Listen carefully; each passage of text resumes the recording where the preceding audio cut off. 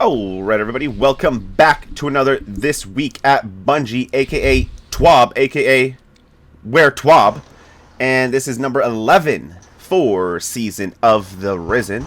I'm once again alongside G3 Tyrant. Hello. And Pistachio. Yo. We have another fairly short one this week, not super long, so, make sure you guys just grab a snack, grab some water, and get yourselves situated as we dive right in. They say, this week at Bungie, the third annual Guardian Games have begun. We welcome back sports fans. The Guardian Games have commenced, and Warlocks have taken the lead. It's still an early in this 3-week competition, though, so it is anyone's game. The tower is looking spiffy with the decorations up and in the spirit of competition in the air, and there are adventures to be had and rewards to be won. Are you pumped yet? Well, watch this. And they do have a full trailer here of the Guardian Games if you wish to go watch that. Obviously, can't play that on the screen for you, but go click the link there, as I will provide a link to the TWAB in the description below. They say on top of the overall class versus class main event, they've also assembled a friendly out-of-game competition between fire teams of Guardians across the globe. They have creators from 14 territories representing their favorite classes and competing for glory in the Guardian Games Cup. They also updated the Guardian Games gift shop, and they want to commemorate our epic domination during this year's Guardian Games. They have some cool opportunities through the Bungie rewards. Whether you're a Team Hunter, Titan, or Warlock, you can celebrate your individual accomplishments during the games with the opportunity to purchase a new Guardian Games tankard. If you light 2 platinum torches, and anyone who lights 4 platinum torches can purchase the Guardian Games medal. I will actually have a photo of this up in the on the screen right now so you guys can see this. The medal is looking very spiffy, and I'm not going to lie, that tankard is awesome, and I might buy it. I'm probably going to buy it. I'm gonna buy it. So I don't know if you guys are seeing this on your screen right now, but that thing looks cool. I've never had a tankard. I'm not a beer drinker, but I mean, I'll put my water in it. I'm not buying anything from that. To see it come back to me like in 5 years' time. Yeah, that's fair. International shipping can be tough. They say 9,000 words was not enough for Master Raoul. The TWAB before last was a mega ultra chonker. Even with thousands of words on the weapon changes coming in Season 17, questions still remain. The team has been reading through the responses online, and they wanted to answer a few questions to clear up some of the confusion.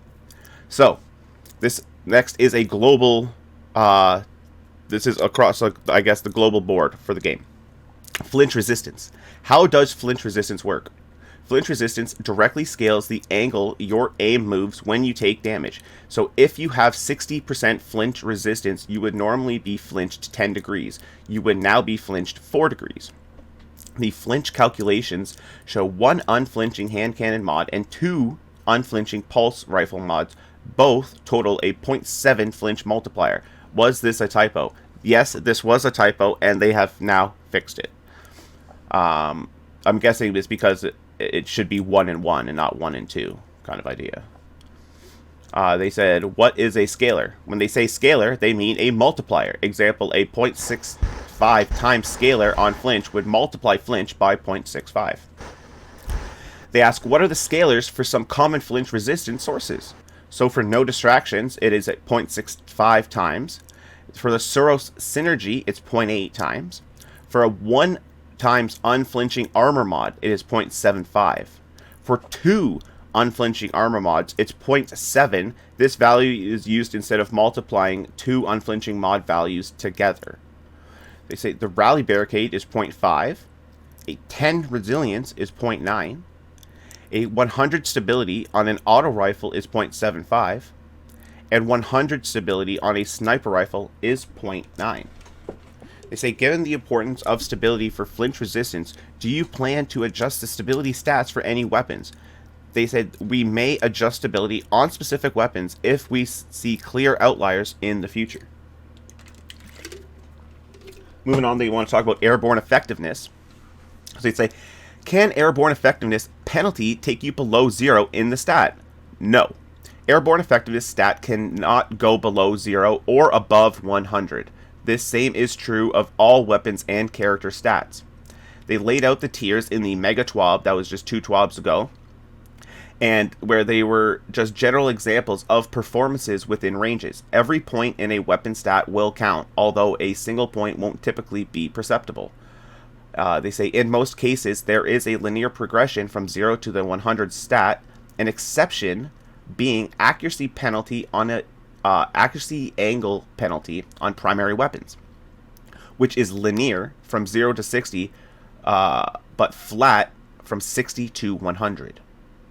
They ask, how does airborne effectiveness interact with accuracy perks? They say technically accuracy perks, like an opening shot, apply to your airborne accuracy cone as before. But because accuracy while airborne is generally better than it was before, you'll feel the benefits a little less. They say, can you clarify precision aim assists? So they also have some key visuals here, which I will get a photo of, so it makes it a little bit easier when we go over. But the first few bullet points here are, when grounded and aiming down sights, the full aim assist cone is used to determine whether a shot is crit or a body shot. When airborne or hip firing, by default, you only get a crit if you're aimed exactly at the head. While airborne, the airborne effectiveness stat grants you some forgiveness for this in the form of a precision aim cone. They have the graphics here to go over the key points. So I'm going to go through them 1 to 4, and then you can just line up the photos so you know which one I'm talking about. So they say, key 1, this is the grounded crit. Your aim assist cone overlaps the head, but you're not aimed right at it, and you'll still get a crit because of the aim assist cone. This is on the ground. When you're airborne with a 0 stat on a body shot, your aim assist cone overlaps the head, but the center of your reticle is not on the head. You get a body shot. With a number 3 is an airborne with a 60% stat. The body shot, your aim assist cone overlaps the head, but your precision aim cone does not overlap the head. You still get a body shot. Number 4 is airborne with a 60 stat, but you're in the crit spot, and your aim assist cone does overlap the head, and your precision aim cone overlaps the head as well, so you will get a crit. So it basically says, if your aim assist cone overlaps the head, but your precision aim cone doesn't, you're not going to get the crit. If you're airborne, when you're airborne, your precision aim cone needs to hit the head in order for you to get a crit, which makes sense. In the photos, the aim assist cone is the blue circle, the center point is the white dot, and the red circle is the precision aim cone. So that does help clarify it a little bit more for those who don't know what the cones kind of look like. And this could be an example as to why you're like, oh, that looked like it was right there, and it could have been a headshot, but it's like you hit him in the collarbone. It's just a little bit off. So not quite. They say, can you give more details on how aim assist is affected while airborne? They say the term aim assist has 2 parts. Auto aim, aka bullet bending / bullet magnetism angle.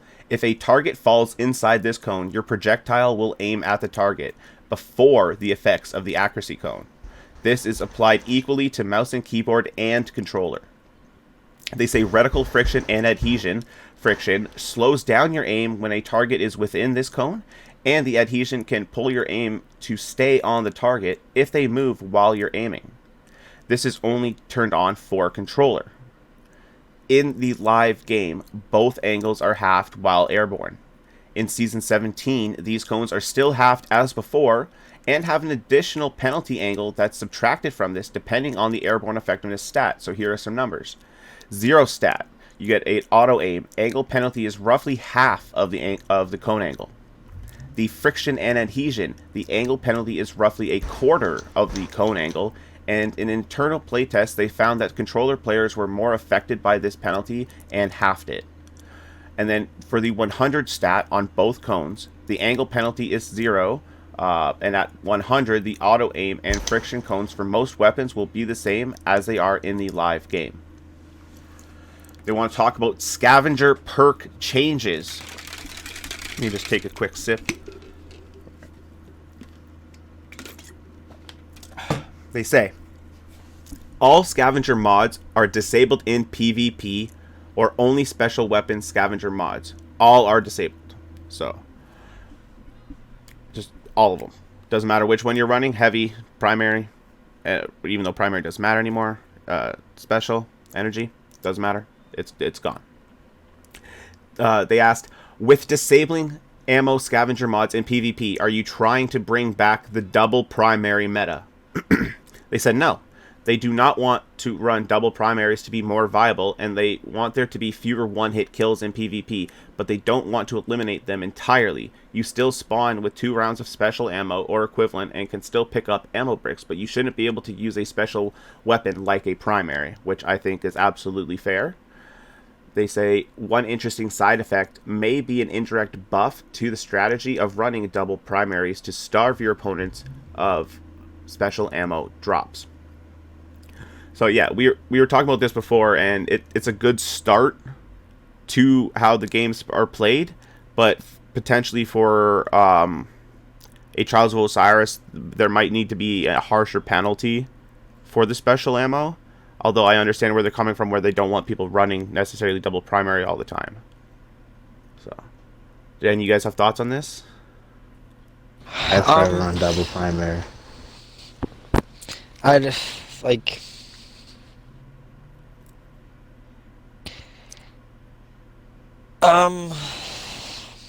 I don't know. Like, I almost feel like maybe adjusting like special ammo damage and just leaving it the same would be like force them to use more ammo so they're not just completely stacked on it. Like, you know what I mean? Like, if you adjust the special ammo damage, maybe there wouldn't be so many one-shot kills.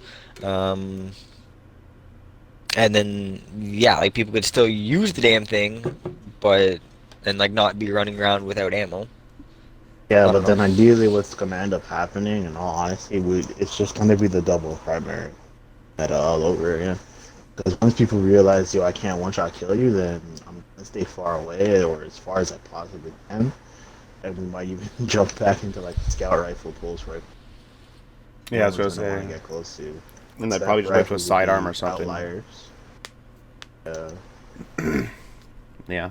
I don't think nerfing the damage per se is the answer, but I mean,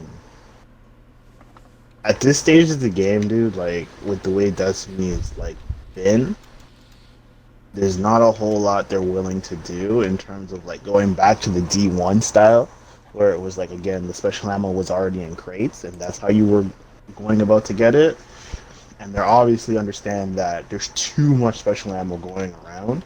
So I just think this is going to be an issue that they're never going to be able to fix, and we're all in this for the long haul.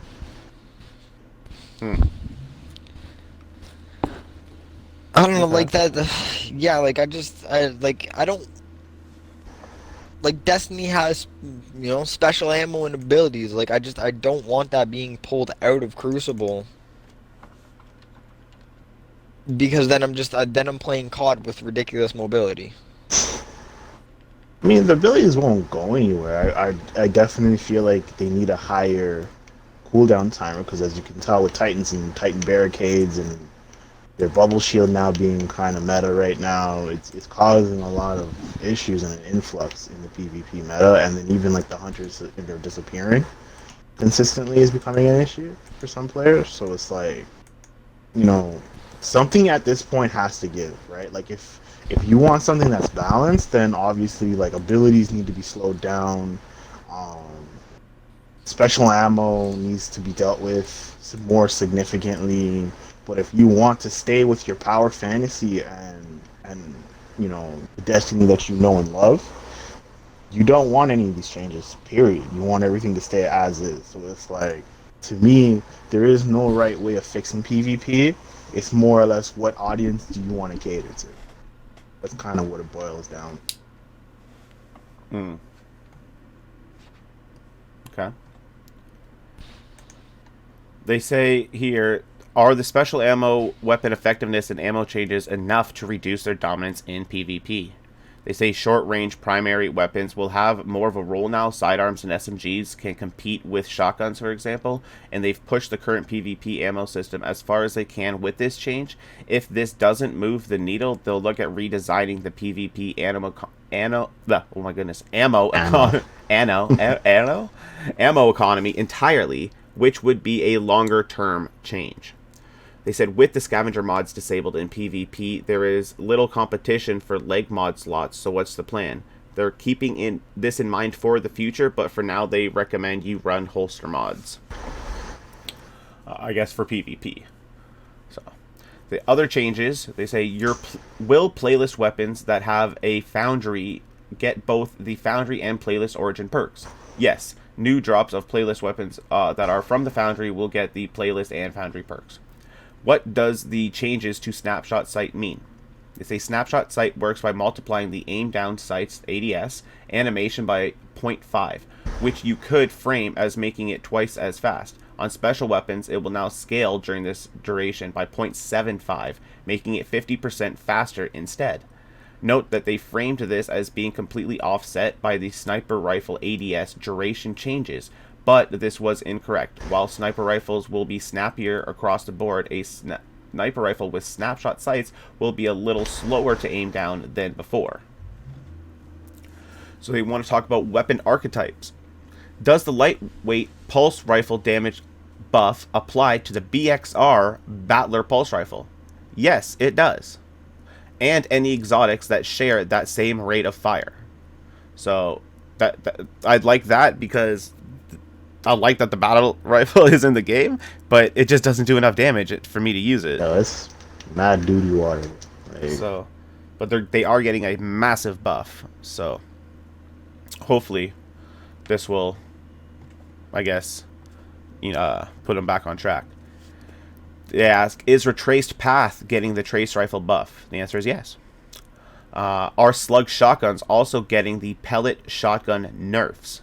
They say Slug shotguns receive the damage fall-off and aim assist fall-off changes, but Slug shotguns don't have a spread angle, but are treated like special weapons and have an airborne accuracy penalty. They ask, are there any changes to the aggressive, aka the aggressive fusion rifles, aka the spread fusion rifles? No, they are not affected by any of the fusion rifle tuning. Do all SMGs benefit from the damage fall-off increase? Yes. Do all SMGs with lower than 14 zoom now have 14? No. Only those listed in the TWAB have been raised to 14. What happened to the full auto setting? They mentioned that this is coming in Season 7, in a season following the Witch Queen launch, and it won't make it in Season 17 or 18, but is currently targeted for Season 19. They ask, are the numbers in the fusion rifle section correct? What does this mean for a charge time masterwork? They say yes, they are. To clarify a bit, these are on how much the damage fall-off near distance is reduced compared to current at 0 to 100 range. They say the damage fall-off for 0 range was reduced more than that for a 100 range. So the reduced damage fall-off near distance is minus 2 meters at a 0 range and minus 1.3 meters at a 100 range. This is the damage per burst of a charge time masterwork on each sub-family. So high impact has 325 with a 330 base. Precisions are 275 with a 280 base. Adaptives are 265 with a 270 base. And the rapid fires are 240 with a 245 base. They ask, why are there no sidearm changes? They say sidearms are a niche pick, but when used by players who favor them, they are extremely strong, and they want to see how the reduction in effectiveness range of shotguns and fusion rifles affects their strength before making any changes, and may look at them in a future season. They say that auto rifle change is somewhat small. Will it do anything? Combined with the zoom scaler, this change is larger than it sounds, but they do plan to look at primary weapon balance more in Season 18, auto rifles included. Why did the Summoner only come back for 2 seasons? They said they are adding one weapon, one reissued weapon, and removing 2 old weapons from the Trials loot pool each season. But they felt like only one brand new Trials weapon per season wasn't enough. Now that they're doing 2 new Trials weapons a season, they'd rather pool contain mostly newer weapons. So that is why the Summoner is leaving. They want it to contain more of the new weapons, essentially. And trace rifles and machine guns are both getting buffed. Does this suggest a future anti-champion mod? No comment. I would love to see trace rifles get like an anti-barrier mod or something, just to bring them back in the light, because I think that they would be pretty good. Anti-barrier machine gun too would also be great, because I have a bunch of machine guns that I'm not using that I would like to bust out of the old vault. Man, we're getting a LMG meta next season for the PvE.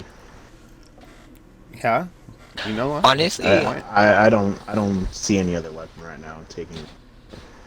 Okay. I'd like to see more of the mods, like expanded over 2 weapon types. What do you mean? Like anti-barrier for like a scout and pulse rifle? Yeah, But so, in like, one something perk along or those 2 different perks? Um, Because a 2-for-1 perk I think is a bit too strong. But having more options is always nice.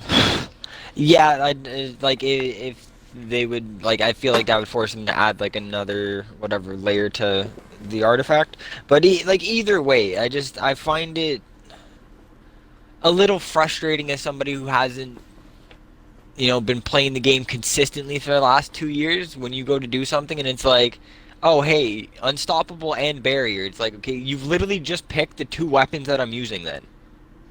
Like, I have no options in the guns that I'm using anymore, because you're just like, no, like, you have to use a hand cannon, you have to use a scout rifle. Like, it's, I spend all this time on Destiny beating my head off the wall trying to get a god roll of a gun, and then you're just like, yeah, but now you can't use it.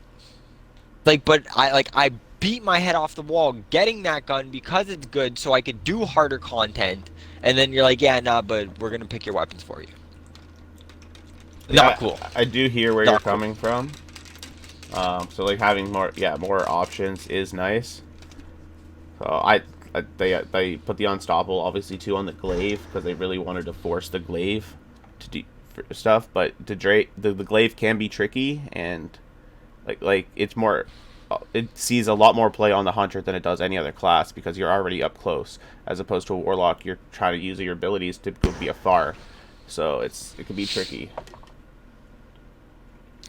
So, yeah, I'd like to have some more options, exactly for what you said, for players that don't have a massive array of weapons and things that they could use, that they're not just like they're forced to pick like one of the few hand cannons they have, one of the few scout rifles they happen to have, but now they have to pick something for damage. They might not have something super damage. Not everybody happens to have the Galahorn or what have you, so I do get it. So they want to talk about exotic weapons next. They say, is Vex Mythoclast a fusion rifle when it comes to airborne effectiveness, and what is the stat? Vex Mythoclast airborne effectiveness stat is 19, and it's treated as an auto rifle for translating the stability stat into flinch resistance on how its airborne effectiveness stat is translated. So about the Wave Splitter. The Wave Splitter's functionality has changed late in development, and the TWAB description was not entirely accurate. So the Wave Splitter's variable damage while firing was not removed. This weapon's damage behaves identically how it did before release. Example, it changes while firing, but the changes to orb max charge time are still accurate. This does suppress while in orb derived high power state. So you don't just get the full power of it right off the bat. I don't know. Okay. Hold on. So wait, you have to pick up orbs of light for it? It says changes to orb max charge time. I don't really. I think it's talking about the orb that it creates when it's at its full power firing. but I I'm not thought 100%. Ravenous I thought it was only Ravenous Effigy that does that. No, that Creates an orb. yeah, I'm not talking about it creating an orb. I think it's like the end of the beam. I'm guessing, like in that sense. Like you know how the Prometheus lens creates that giant red bubble. I'd call it the same kind of thing, but I could be wrong. Yeah. It could be I orbs of hear you light. saying. I'm not 100% though. I don't really use the wave splitter at all. I've never needed to. I've only used it in momentum control, and honestly, I barely even play that anyways. They ask, is the Risk Runner staying at a 13 zoom, and what about the Osteostriga? Yes to Risk Runner, and the Osteostriga has a unique Wow. setup. Rest in peace, Risk Runner. Yeah. The Osteostriga has a unique setup for damage and aim assist fall off that it's less affected by its zoom stat, but no, the zoom isn't changing. Is the Lumina included in the damage buff reductions? Yes, Lumina Noble Rounds and Boots of the Assembler Seekers now also grant 15% damage in PvP, down from 20%, but the original value plus 35% in PvE. So, and this damage buff was also used by Sun Warrior, which is partly why the Loreley Splendor Helm is so strong, but it wasn't mentioned in the Mega TWAB because the issue is being addressed in another way. Is the Le Monarque, en français, s'il vous plaît, affected by the Necrotic Grip? The Le Monarque is not a weapon of sorrow, and it is not going to become one. The only weapons that count as weapons of sorrow currently in the game are the Thorn and Osteostriga. Does the Lorentz driver's change also apply to the Arbalist? No, but they are looking at both of these again in the future. Are the Devil's Ruin and the Fighting Lion being monitored for their for being unique for their own ammo economy while dancing in the primary/special line? They expect both of these to be stronger in Season 17 Weapon Sandbox, but not so strong that they'll dominate. They do stand ready to make adjustments if needed though, and they are both acquired tastes whose strengths can't be exploited by every player. How does the Eyes of Tomorrow buff work? It's a straight up 1.3 times damage scaler on the current damage values against bosses and champions. Note that the Adaptive Ordnance perk does not expire, so you can potentially get a bunch of Eyes of Tomorrow kills, pick up more heavy ammo, then go into a boss fight with that damage buff. Just to clarify how this works a little more, even on legendary weapons and every exotic weapon have its own custom scaler against each tier of enemy. Example, a minor, a major, a champion, a mini boss, a boss, or a vehicle, which they touch occasionally if needed. And the damage values versus players are the base numbers in almost all cases, and they typically scale the damage up or down in PvE as needed. Moving on from there, they say pretty borders. Previously on the TWAB, they spoke about some quality of life changes for weapon crafting, and they've already increased the element caps from 250 to 1,000 and the neutral element caps from 8,500 to 10,000. And in Season 17, they are planning to remove the Ruinous, Adroit, Mutable, Drowned, and Energetic elements. Only neutral elements will remain. One other feedback item that they see cropping up a lot is the desire to masterwork your crafted weapons, if only to get those shiny gold borders that let you know that the weapon is already special. Starting in Season 17, you will have the ability to achieve the masterworked look for the crafted weapons. To get your gold border on your legendary crafted weapons, you will need to have an enhanced intrinsic perk and 2 enhanced trait perks. Crafted exotics will require a catalyst to be inserted. Moving on from there, they have... Hold on, are they still gonna get the, like, whatever boost? I'd imagine so, yeah. I Wait, don't think no. so. No, I think yeah. it's just the border. It's just the border, like, because that's it's messed crafted. up. Well, It's a crafted weapon. You already have enhanced perks on it. It's because you have to have the enhanced perks. You already have that enhanced for you with the gun. Like what the Masterwork does, you've already put that on the gun. So it's not that you're missing out on it. You'd be giving it another buff that's unnecessary. Yeah. I don't know about this. I just want weapons to just be absolutely ridiculous. You know? So earlier this week, they asked what... It's only like an extra whatever, like little tiny bit of stability or handling or whatnot. On top of the enhanced perk. Exactly. Yo, the enhanced perks aren't all that great. Like, let's not. They aren't super. It's just a bit more. But that's the same thing Yeah. with the masterwork. A fully masterwork isn't like it's a bit more. It's not I like mean, a at that huge. point, like once you start stacking a masterwork stat with the enhanced perk, it might as well just be an adept weapon. That's the way I see it. Yeah. Well, yeah, man. If I went through all Because this like you time and can crank it into fucking. one major thing. Well, yeah, like yo, you're putting all this time in getting the damn blueprints and building out the gun. Like, yo, damn straight, I want to be able to build it nice. Like I get that. I do.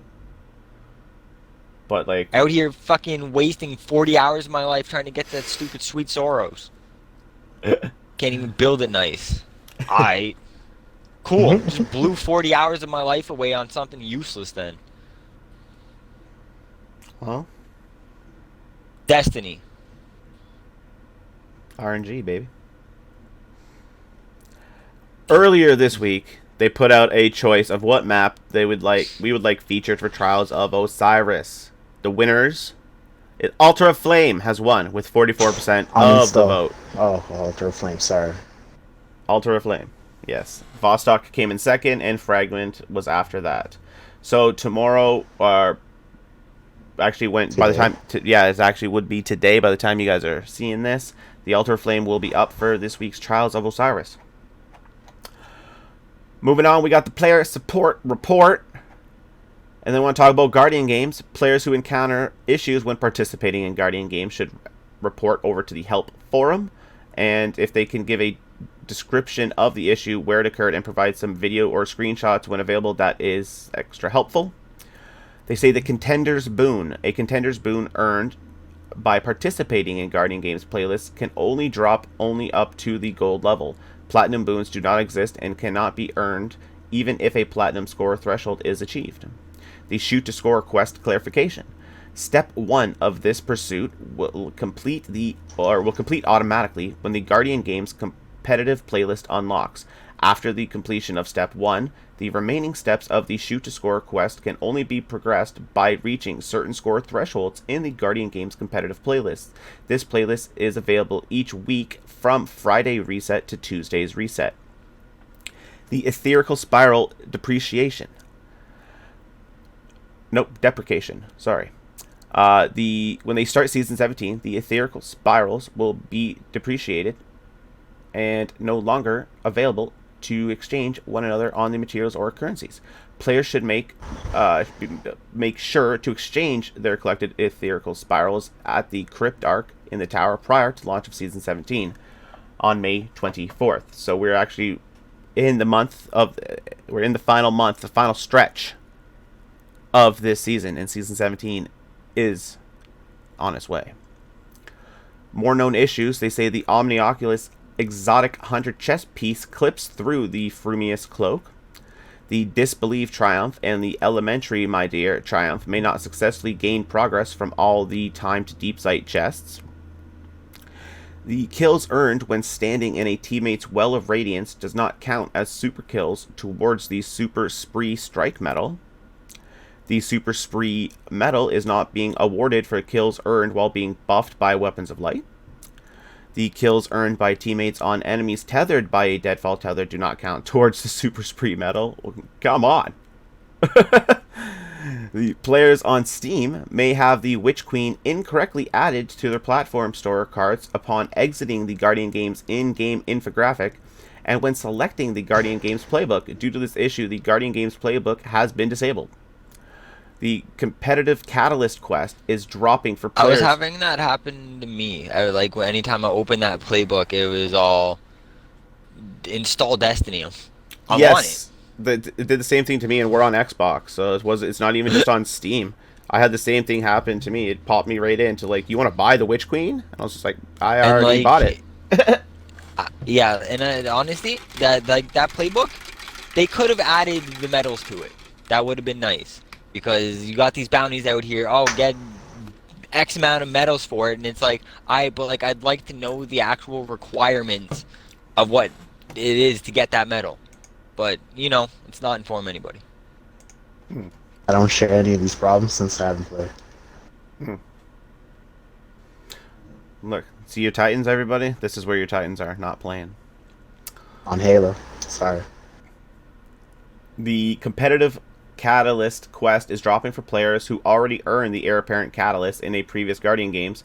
This quest can be safely dismantled. And for a full list of issues, go to the known issues article.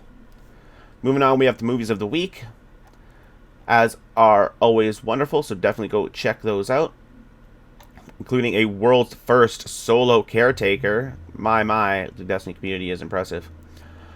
Then we have the artists of the week, which are absolutely fantastic. This is my favorite part of the TWAB every week. And then they say it's been a minute since they've been hands-on with the TWAB process, but they're stepping in for DMG as he walks the earth. Glad to still remember how to do it. Cosmo wrote this one, so that's why. Usually it's him, DMG or Hippie, but DMG, as we know, is on a break right now, and we'll be back soon. But it's nice to see Cosmo back. He says he's writing this before the Guardian games have actually started, so all that stuff about the Hunters winning the first few days was an assumption. Maybe I'll update this TWAB before it goes out to reflect what actually happened. Maybe he won't.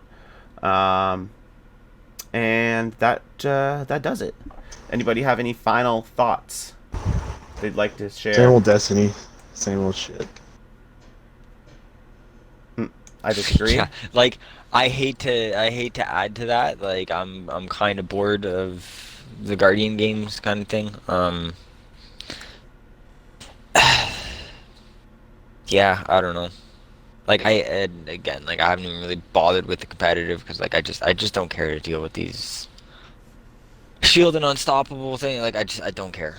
I don't care. It's, in all honesty, like I'd rather just see them removed from the game because again, like I don't get to use any weapons that I want to use. Spent all this time, unlocking weapons, can't use them. Got all these blueprints, but it's for the activities. Just can't use them. So that's cool. So yeah, like just doing the medals again. Like I'm doing the same strikes that I've been doing forever. The rotation of them is phenomenal, considering it. Like, yeah, out of 6 strikes, I do the same one 4 times. Yeah, just kind of bored with the Guardian games at this point. Okay. I'm sure well, you at least you've played, so like it's and like so that's okay. Like the Guardian games could use a bit of a refresher. They did change it up a bit this year, with being able to do more things. You can do the dungeons. You can do. You don't have to just do the strikes. So you can do lost sectors. Like I did a lost sector, and it took me, like only 2 legend lost sectors. It took me like 6 minutes to finish the bounty card for it to get the platinum medal. So like some of them don't, that obviously depends on which lost sector it is for the day. It obviously vary with the difficulties, but also being able to do the Wellspring activity or the what is the PsyOps ones. So I do like that they expanded that, because otherwise it was literally just Crucible, Gambit, Strikes, or go do a Trials or Raid, but you kind of need a squad for that. So I think this was a step in the right direction, that they're adding more things to it, but I still feel like it might need a change as a whole. I'm not as into it this year as I was in the previous one, but I'm also a bit busier right now than I was last time. Last time I could afford to put in a lot more time.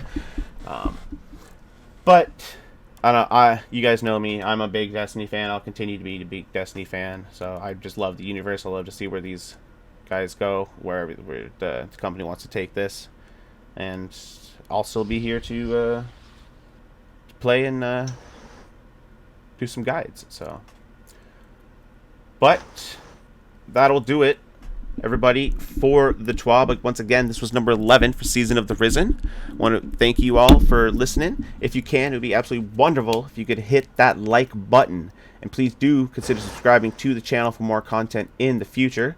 Be sure to hit up the Nexus at G3 Nexus on YouTube to see other G3 members, as they're starting to drop some more videos on the channel. So become acquainted with all of us. Also, be sure to hit me up on Twitch at TV@G3 Hydration, where we just hit affiliate not too long ago. We're closing in on our 100 follower goal, and we are just moving in a very, very quick way because we've only been streaming since halfway through February, and we already hit affiliate. So we're already here. So it's been going crazy. So be sure to check out the stream, and hopefully I can make you laugh with either my terrible jokes or questionable gameplay. And I do have to mention, I did just become an affiliate and partner with Drink Poggers. So if you guys need a little energy boost for your day, it is 0 sugar, only 5 calories, all vitamins. And you can use code HYDRATION to save yourself 10%. So be sure to check that out at drinkpoggers.com. But that'll do it for me. Hope you guys have an absolutely wonderful day, and as always, stay hydrated. Hydration is key. Bye. Take it easy.